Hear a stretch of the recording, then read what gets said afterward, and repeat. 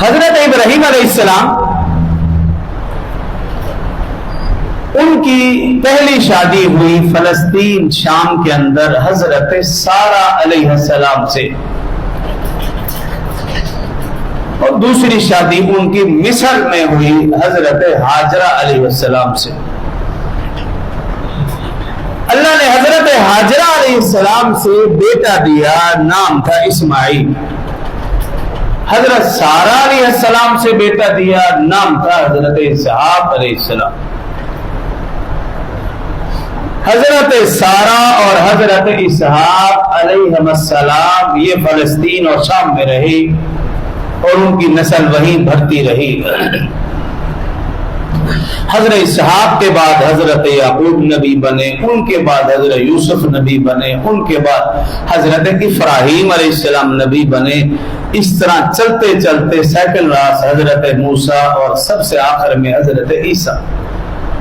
بعض روایات میں 70,000 انبیاء، بعض روایات میں 40,000 انبیاء کرام حضرت ابراہیم، حضرت اسحاق، یعقوب، یوسف سے لے کر عیسیٰ تک، یہ اکثر نبی ان میں سے فلسطین اور شام کے قرب و جوار میں رہے۔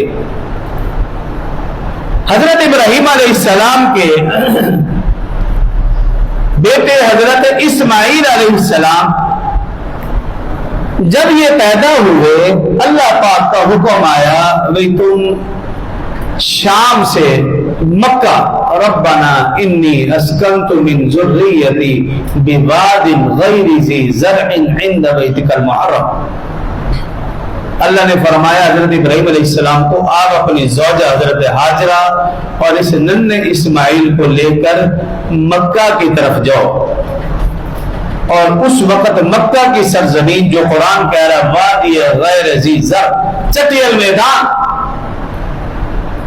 نہ کوئی چرند، نہ پرند، نہ پانی کے نشان، نہ کسی انسان کے نشان، کچھ بھی نہیں، وادی غیر ذی زرع، چٹیل میدان تھا۔ لیکن اللہ کا حکم تھا، ابراہیم علیہ السلام حضرت ہاجرہ اور ننھے اسماعیل کو لے کر مکہ پہنچے، اور ان دونوں کو اکیلے چھوڑ کر واپس جانے لگے۔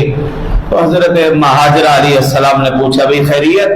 کا اللہ کا حکم ہے، اشارہ کیا، اما ہاجرہ سمجھ گئی اور حضرت ابراہیم علیہ السلام چلے گئے۔ اللہ رب العزت نے اس وادی غیر ذی زرع کو بسانا تھا اور آباد کرنا تھا، تو خیر وہ لمبی چوڑی بات ہے، اس طرف نہیں جانا چاہ رہا۔ حضرت اسماعیل علیہ السلام کی نسل سے پھر حضرت محمد مصطفیٰ صلی اللہ علیہ وآلہ وسلم کی ولادت و سعادت ہوئی۔